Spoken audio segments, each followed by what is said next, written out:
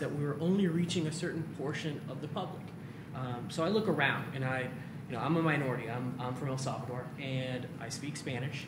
And I looked this morning, and I was kind of saddened. I'll read you some numbers.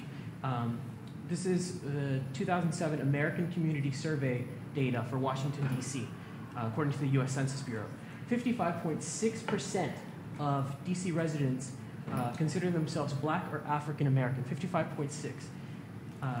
We're almost at 10% consider themselves to be Hispanic and 3.1% Asian.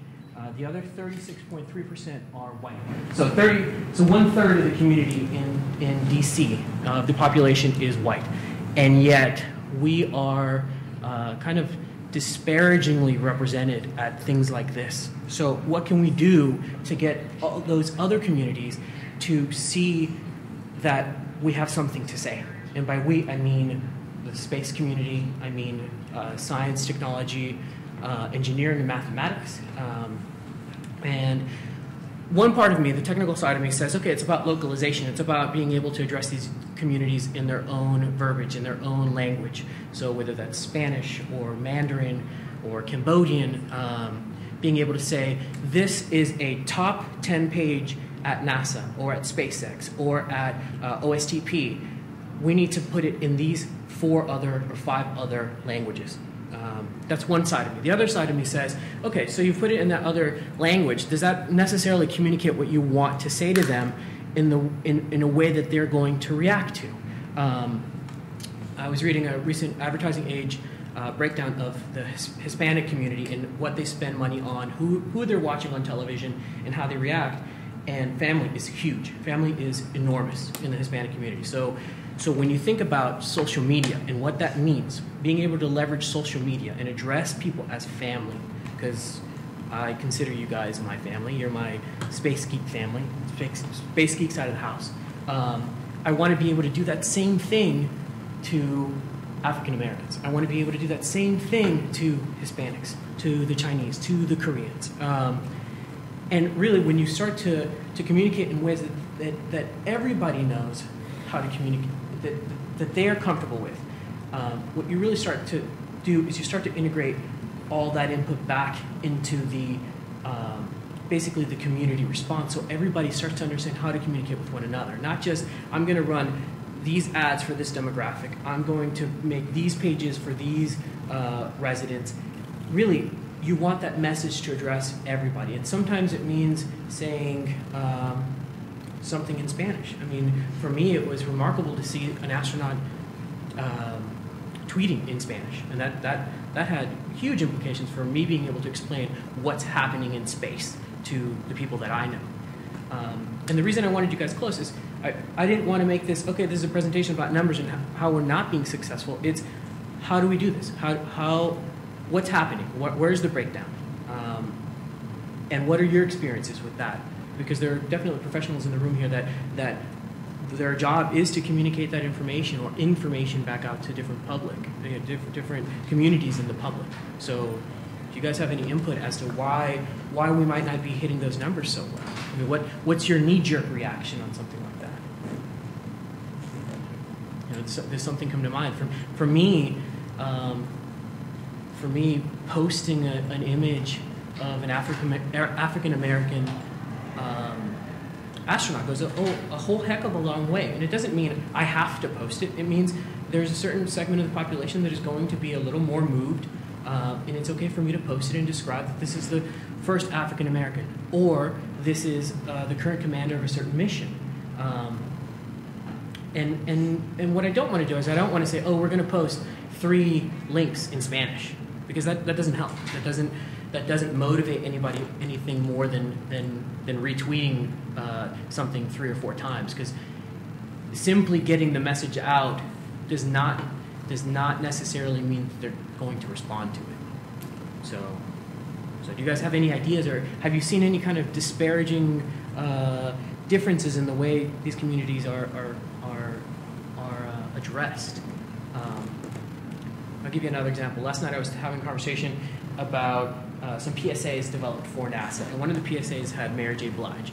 And not to say that Mary J. Blige isn't important, but but it wasn't a surprise to me, that it was a hip hop artist. That it had to be a hip hop artist for the African American PSA, right? Because it's an African American PSA, and so that really bothered me. And there are certain key figures, I guess, within the Latin American community that I see pop up a lot. Jimmy Smits, and what I want is I want a diversification. I want to see the youth. I want to see the people that are interested in are not just success stories. Not that I'm not proud of people that work their way out of the ghetto, but we're not all working our way out of the ghetto. And I want to be able to associate my life with what they've done, whether that's gone and get a great education and made the connections that they've needed. And I want really the public to be able to see that, not just these lottery stories, right? Because there's a limited number of lotteries that you can win, but really education is not a lottery. Education is an investment, and teaching people that it's okay to make that investment, that it's worth that time. So what do you guys think? What are your thoughts? I have a question actually. It's about how to reach the people who are not so techno-friendly. Okay. So the majority of the outreach that's done is Twitter, Flickr, as I said, and it's extremely easy to post it. It's extremely easy to get it out. And for the people who use it, it's very useful. But the minority of the outreach is done like the old ways, which reaches the majority of the people, right. Are the ones who doesn't have Twitter. I guess all of us have Twitters and things, but there's many people who can also take an opinion or say something about it. But how do you reach them? I had a few advisors that were recommended during the Augustine Committee, people at headquarters that I could go and talk to at any time, that were part of the new organization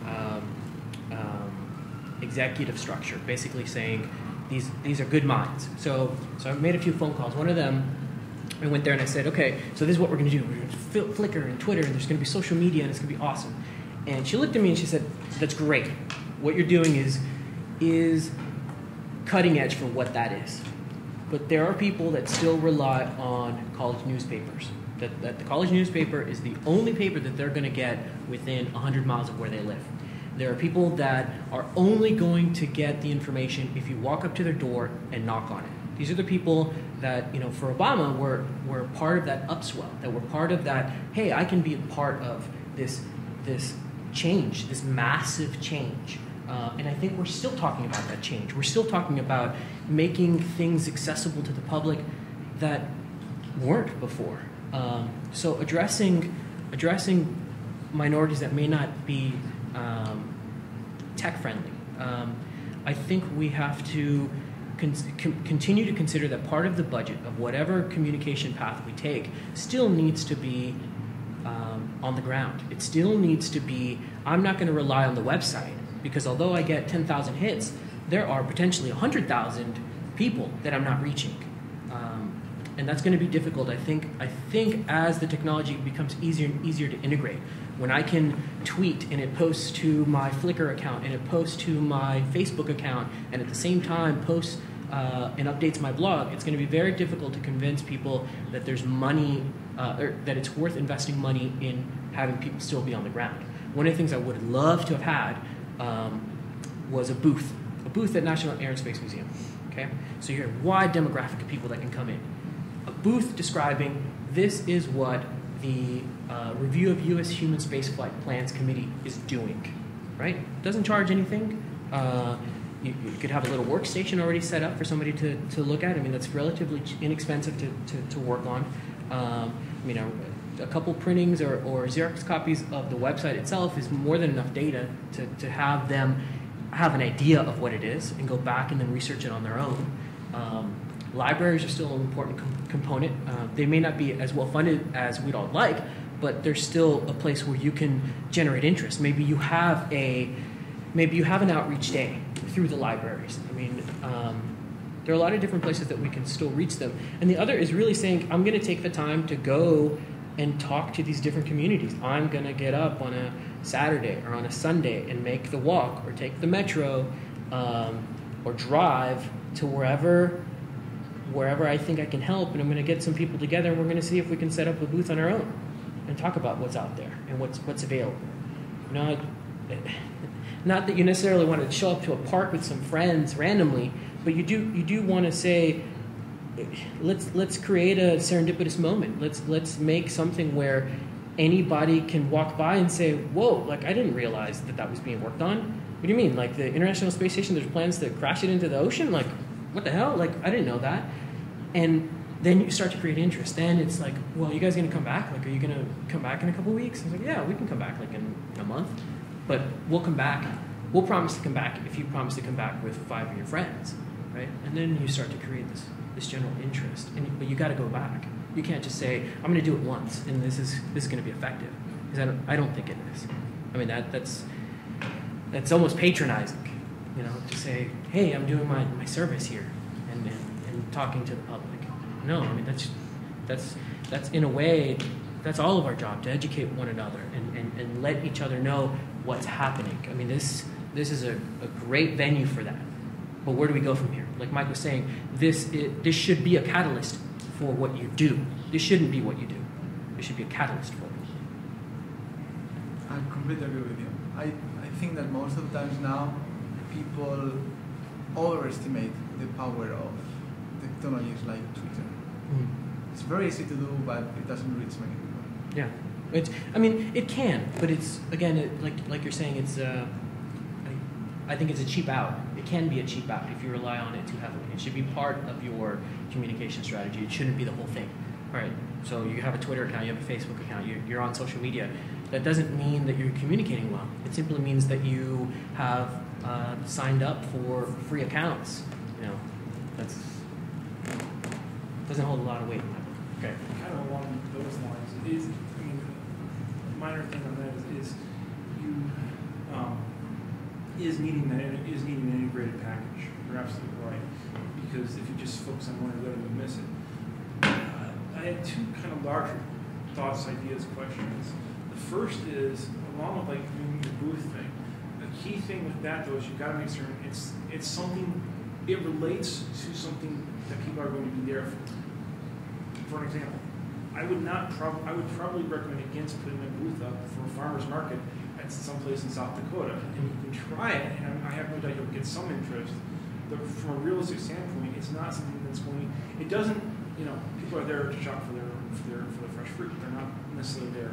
Now, that said, I think there's at the same time there's default run to the easy ones along the lines of when you're doing it. For example, you said you're at Space Museum. I would, and I will grant there's some certain things there, but there are a lot of history museums that are worth you can associate with. Another one is political events and political activist groups that are focused on minority front on either side of the political divide, or so it's finding the right place. It's not you can't limit yourself. You can't pick things that really have no relation, but you can't limit yourself to the easy ones. Oh, the Science Fiction Commission. Oh, the Space Commission. Right. You got to be saying, okay, this is a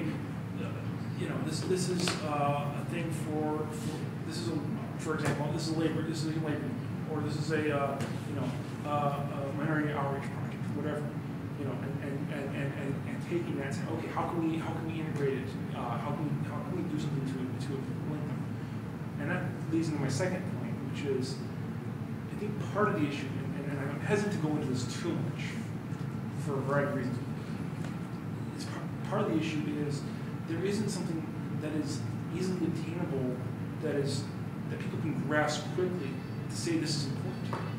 Yes, Apollo 11 is our cultural heritage and stuff, but for most people, it doesn't mean squat for them, really.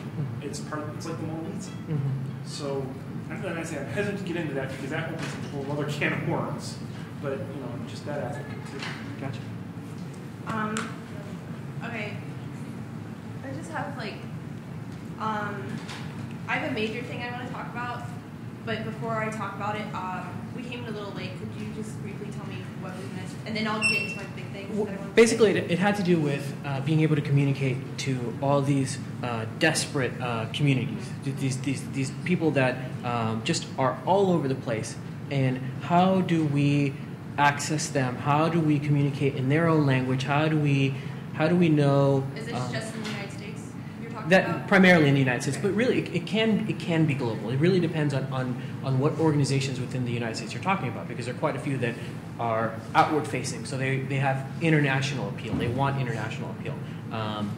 What I really wanted to discuss was the fact that, okay, so you have this really great platform for talking about seeds of interaction, this place being a catalyst, SpaceUp DC for us being a catalyst to what comes next. And yet, minority representation here is pretty low. And what happened? Why did that happen? You know, I was part of the planning committee for this. I said to Mike, I said, you know what, I'll look at the demographics on Facebook through an ad campaign and see what I can do. And I hit a wall. I couldn't crack that nut. I couldn't communicate past a certain point, and I couldn't figure out why. I wanted to say my thing. Oh, sorry. Okay. So, this is actually one of the reasons I came to SpaceUp, because I want to talk about this. This is like one of the major things that I was interested in. I just felt this is like a good opportunity to sing my spiel. So one of the my background is like in sociology and physics, but mostly sociology. But I have this project it's called the Moscow Orphanage Project, and I come from a really disadvantaged background, like that same sort of thing, like foster orphanage sort of deal. And the thing is like minorities, ethnic, socioeconomic minorities, a lot of the problem of why adults are not interested in space, or why they have a lot of problems in their life with, economically, they're not really interested in space. Is because when they're children, they're not exposed to science. They're not pushed towards science. They're very actually discouraged from it. They're actually people tell them, oh, you're not smart enough to go into science. Just don't pay attention to it. Pay attention to how you're going to pay your bills, whatever. And it was only by some miracle that someone came to me and said, oh, do you like space? And I was like, yeah. And they were like, you should pursue that. And I was like, no, I'm not smart. And they were like, no, you really should. And it was only by some miracle that I actually got out of this black pit of despair that is the rejected sort of class of humanity. Right. And I think what I'm doing in my project, which I really want to make this a global sort of major thing, started in DC, is to reach out full force, get the army, not the army, but we'll make an army of scientists and just go out to minority communities, especially children, because children are very, very, very interested in new ideas, oh, space, it's really cool, but nobody, there's no NASA scientists going to the Boys and Girls Club, or going to some foster parents or foster kids. No, they go to oh, the private high schools have a competition, and the really expensive private schools and all the really rich kids get to go talk to NASA scientists. So what do you think that's going to take?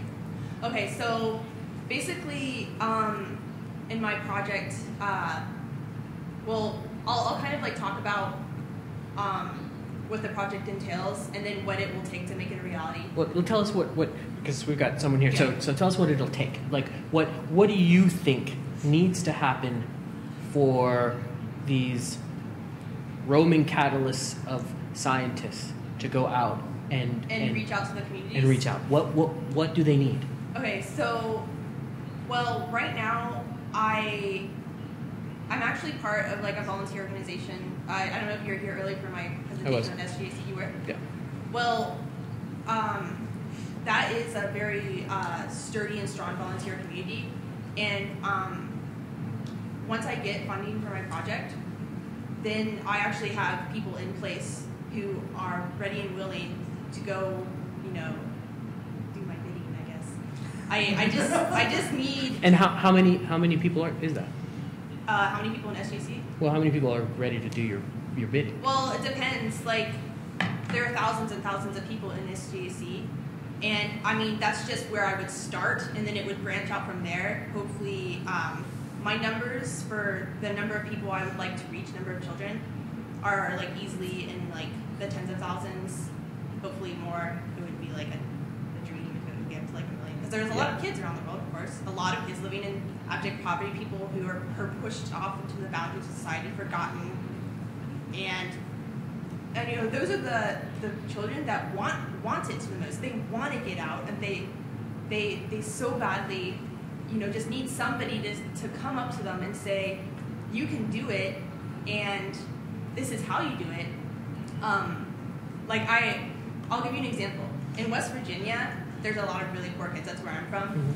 Mm-hmm. Me and my advisor worked in like kind of a prototype project called the Pulsar Research Collaboratory, because I did astrophysics, and we said, okay, let's have this project. We'll invite kids from West Virginia, and what we did, we took kids from various high schools, not like rich kids, like really poor kids, and we took them and we taught them how to do astrophysics research. And we actually had actual astrophysical data, and we taught them how to do the research. And it was like the coolest thing ever for them, like through their minds. Yeah. And and the people involved, the volunteers, are so excited to help, because kids are so enthusiastic, especially the really hungry ones.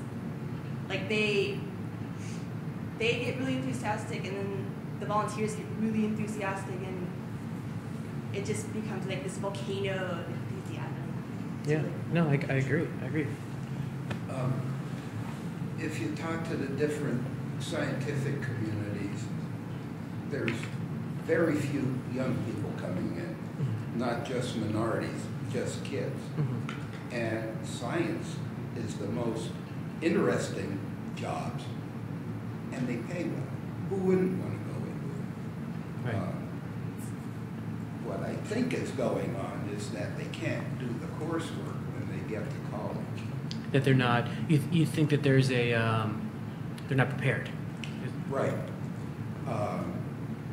I mean, the kid isn't going to go into take a science curriculum if he can't do the work. So what do we need then to prepare them, right? Like if they're failing at the middle school and high school level, if they're not able to move on to college, much less graduate school, what do we need to do to get them motivated? It's what the public school system needs to do. Okay, so that was designed in the mid to late 1800s, and the engines of the economy at that time were factories powered by steam and a family farm powered by mule. So is this? So the same system hasn't been updated. So is this policy change? Is this us getting together and making enough of a racket to say the education system is mostly responsible for the lack of engineers? Absolutely. I mean, all science groups should do that. I mean, Bill Gates is beating the drum. He can't get enough employees that have the skills so that they can be trained. Mm-hmm. I mean, he just can't. He has to import them. I mean, any science field is the same thing. So, very few young people. So are you arguing then that perhaps India has a better preparatory system for potential engineers? Well, I don't know about that system. I'm not familiar with it. I know they have a lot more people. And the bell-shaped curve says that you have really bright people under the far right-hand foot of the bell-shaped curve. And, I mean, Bill Gates dropped out of college because it took too much time away from computers. I mean, only one of the two Wright brothers graduated from high school. I mean, you have genius, but we need more workers than just that very, very right group. Right, I agree. Let me ask a question related to that. You say it's within the schools. I would actually challenge it slightly. And the reason I say slightly is I actually would argue that it's not just the schools. And I don't mean it's not just the schools in the sense of this is your classwork. You go to elementary schools, you go to middle schools, you go to high schools. Everybody knows, who's on who won the Super Bowl, who the big names are there. They don't know who they're, and I don't know that I have the answer. I know I don't have the answer to this right now, but it's the issue of how do we create the culture that reveres scientific thought. And I don't just mean in the sense of this is your work. That's a good question. I don't think you can address what you're talking about. I think you need to address it without how often is there a pep rally for the football team in a high school? Well, the problem is that it takes such a cataclysmic event to change an entire culture, and you can't change the school system because it's so large and there's so much involved in terms of, you can't change it if you say you can't change it. Well, no, I'm just saying you can't change the culture immediately. I'm going to go Obama's I'm going to sign this legislation. Tomorrow the school system changes, and then the next day the culture is going to change. I'm just saying it's going to take World War III. Let's all get our vouchers out, and then that would be a cataclysmic thing.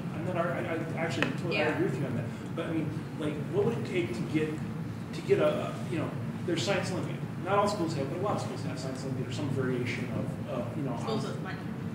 I knew some didn't have that much. They didn't do much. I've really not. They were still out there. Odyssey of the Mind, those kind of things. Where you quiz bowl. Less than 5% of the science teachers have a degree in science. That's the point. I don't think that's what I wanted to say. You don't need to change the educational system. I think what you need to do is motivate teachers. Because when you motivate them, then they will motivate the kids, as you said. And then the change will come from the bottom up. I don't think you need to change the educational system. So what do we need to give? So then we need educators in this room, right? We have teachers in our Pulsar Search Collaboratory thing. We invited the teachers to learn with the students. And so, I think it would be more instead of saying, oh, we need the government to change the school system, it's more we need people me and you to step in and do our own little projects, invite the teachers in, invite educators to, it's more of a person-to-person inspirational thing, because you're not going to get it from the culture. It's going to happen on the more direct scale. You will have to actually lower yourself down into the fray, because you can't expect the government. I think there are ways to deal with the culture, because I think that is an important point to not just say the school system. I think those are great places to focus too, but there are ways to do it in the culture as a whole without trying to do legislation or change the school system, something like that. And what I keep thinking of while we're talking about this is the death of science reporting. Okay. And that is a huge problem, I think, right now. And also, especially what you were saying earlier about people who don't use Twitter and Flickr and all these things, and they're only getting their information from the college newspaper or the smaller towns where maybe they just get their information from this newspaper and that's it. And that is a huge problem. There's just no science there. And you're talking about people don't revere science anymore. It's because they don't hear about it. Nobody reports on it. And that is sort of a whole other problem, really, because I don't have a good answer for that. You can call up your newspaper and say, why don't you have a science reporter anymore? Why is that the first person you lay off when your newspaper is going under? You get the news. You open up a newspaper, there's always some kind of astrology column. There's never something on astrology. You need to create a demand for it. So, You're not going to do it from the top down. And where it is that it's all online now. That's where science reporting is, which is, it's great for maybe us in this room, but yeah. An anecdote that shows how the school system sort of fails. I was on a committee to brainstorm about the Math and Science Center in Richmond. That was the greater Richmond area had, during the space race, it was a response to the interest in space. back in the 60s. And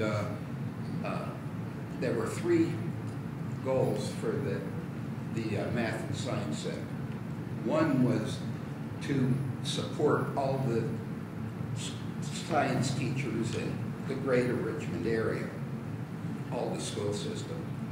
And the other was to have some classes that would get the kids excited about science. And the third goal was to encourage kids to go into math and science. And I said, how do you measure your results? Mm-hmm. He said, classroom feedback forms. I mean, they were in business for 40-odd years, and they had no idea whether that goal, how that goal was being met. They had no measure whatsoever. Mm-hmm. And it was the design of the system. Right. That brings up a great point, which I had some questions for the participatory exploration presentation previous to this one, which was, no matter what we do, no matter what path we take, no matter what the communication strategy is, it needs to be measurable. Whatever you're doing needs to have an infrastructure that allows for real-time reporting. Part of that real-time feedback is what feeds into making Twitter this kind of meta game that it is. How many replies can I get today? How many people can I get following me? Or did I make something happen? Like, boom, did that thing happen? Flickr, how many people saw my picture and liked it? I mean, just liked it. You love me? You really love me? Like that feeling. Or on Facebook, how many hit like? How many hit share? How many were willing to respond to something that just kind of bubbled up one morning and you decided to post? And you really being able to measure that gives you the ability to be agile. It gives you the ability to shift if you need to shift. So we ask, how do we report back? Okay, so we have some idea, and we create a baseline of how that reporting is going to come back. This is how we're going to reach the African American community in Washington, D.C. over the next 18 months. Well, our strategy is not working, and then you see the ship going down, you see it failing, or you say, let's change our strategy, and really being able to commit to being agile, being nimble, being able to say what we're doing is not perfect. Perfect is the enemy of done. Right? If you want to be perfect, you're never going to finish anything, because we need to constantly be evolving, constantly addressing new and different problems. And suddenly we find ourselves at this monolithic issue rather than a smaller issue that could have been addressed in pieces earlier. Now it's, oh my God, we don't have a workforce to create the future. That's this huge block, right? But that block really isn't a big block. That block is a container of all these other little problems. So how can we break that block up again? How do we take that thing and break it up so different people in this audience can start to say, this is the problem I'm going to choose. This is the problem I'm going to choose. And then we come back to it and report it back, or look at a dashboard or whatever it is, this place that we can communally say, hey, I made a difference. I was able to get 5 kids to tell me they were going to try to go to college, or get an A on this math test, or try to apply for a job at SpaceX, or any of these other organizations that are hungry, Microsoft, Apple, whoever these American companies are that really are kind of that have a dearth of selection as far as an educated populace is concerned. Yeah. You need an educated workforce. Yeah.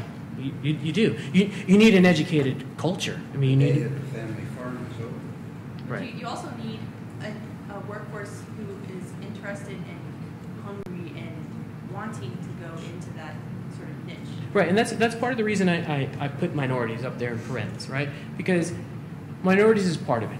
I think minorities, when I think of it, it's actually a lot easier than we think it is.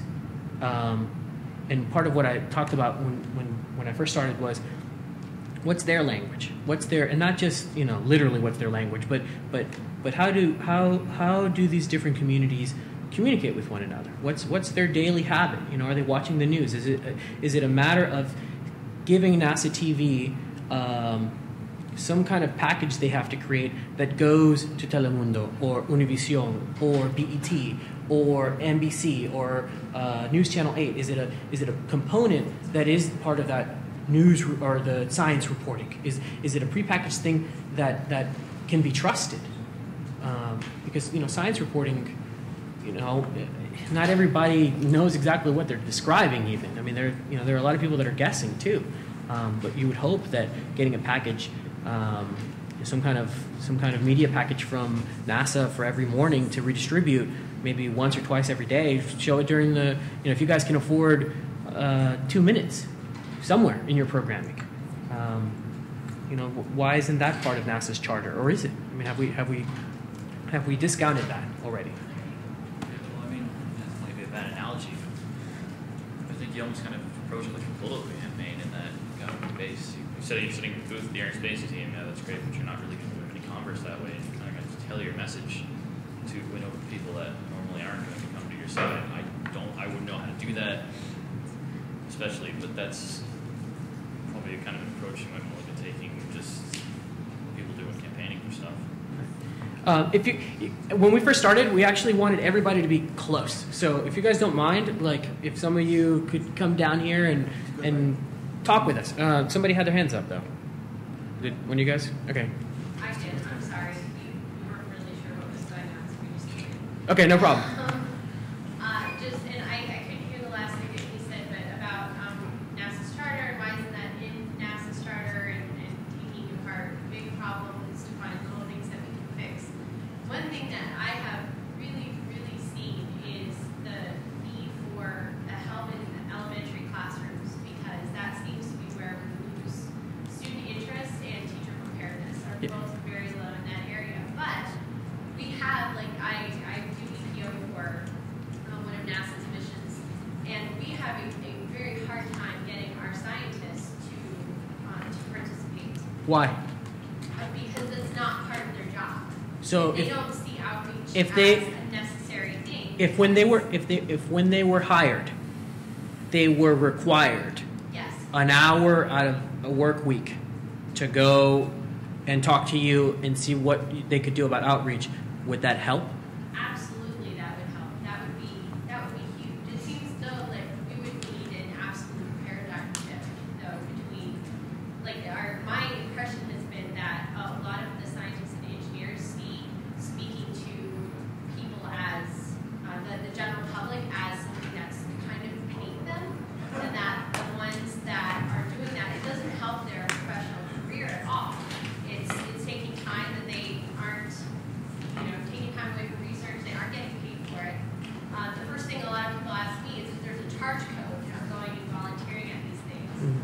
So I'm not sure, how can we fix that problem when it can make such a huge impact? Let me push on back on the other side there. Being a former NASA engineer, I used to go do a lot of public, I did the, what do they call it, where they'd ask for guest speakers. I'd go out and talk to kindergartens, I'd talk to large schools, I used to... Oh, I'm not saying... No, I'm not, but I'm going to push we back. have 2 people that do it. I'm just saying, what you want is the engineers and the scientists to learn the public outreach skills. And let me push the other way and say, why don't you as the public outreach people learn the scientific skills? Oh, come on. They want to hear from anybody. They want people to pay attention. It doesn't matter whether you've got a PhD next to your name or not. That's what I do. For some adults. Oh, the kindergarten? No, the children don't care. As long as you are there to support them and give them some sort of education, they'll be inspired. They'll be inspired. When we had a Folklife Festival, I worked there for 2 weeks on the children's activities. Right. And Smithsonian pushed back on us because they were mad that we were bringing real people and not scientists. They wanted the real scientists there. We're like, well, our real scientists are very good in some cases at talking to people. Well, that's right. They're scientists. That's They're right. engineers, and some of them You want to play to their strengths and not to their... But they didn't like the fact that the EPO people, and they didn't use starting field people are scientists, but they like the outreach side of it, and so they switched careers. And that's a good data point from Smithsonian, but you're not going to get that same reaction from Mrs. Smith's kindergarten class or first and second grade class. But if they ask for an No, astronaut, not astronaut or scientist. yeah, if they ask for an astronaut, then they Well, and Stacy that's- Gross, who's got an elementary degree and But if you're from like the dump, like where I come from as a kid, and like nobody comes to see you or tell you about space, and just like if any old person comes off the street and talk about you, you're happy. You don't care if they're an astronaut or a scientist. One of the things that I had mentioned before, I have this on my wall on my door at my office, so you have to read it. Is perfect is the enemy of done, right? So yeah, they may want an astronaut, they may want a scientist, but tough cookies, you're not going to get one. Perfect is the enemy of done, right? So you work with what you have, and we need to, as a culture, understand that's part of our obligation to say, okay, if we can't get it, can we get this? Can we get you to come in, and then maybe next year we do, or what do we have to do to make that happen? Back to what we were talking about, I am the only one that goes out and does classroom visits, and it's one thing to have a teacher who's unhappy because the scientists didn't come and visit them because it was little old me, but then there's also me and the entire DC and Baltimore metro area. So what do you need? What do you need? I mean, there are very few EPO people compared to scientists in general, and if I'm not asking every scientist to become an EPO person, I'm asking that the culture change so that it's expected that they contribute to the workforce that will be replacing them. Okay. How can a kid be inspired in the way that they need to be so they don't see that their life could be left? Okay. How am I supposed to do it if that's not my life? I think we're out of time after this, right? Yeah. Last one. Oh, I just wanted to say there are people at it actually. I'm part of it. They call it the programs for minorities. Can you talk a little louder so? Oh, it's minorities homogeneous research. What they do is they target a different approach. They seek undergrads in college that they don't know where they're gonna go yet, and they're already in college. They try to open their minds in sciences, and a lot of them they seek out PhDs or masters or what and it's heavy in sciences, but they're still kind of there's not a lot of like space or astronomy involved in it. And if you'd like to know program director, I can give you his name. Cool. You can contact him and Well, seek out. that's all the time. Thank you. I think that's it, guys. We can help out. Well, thank you. Thanks.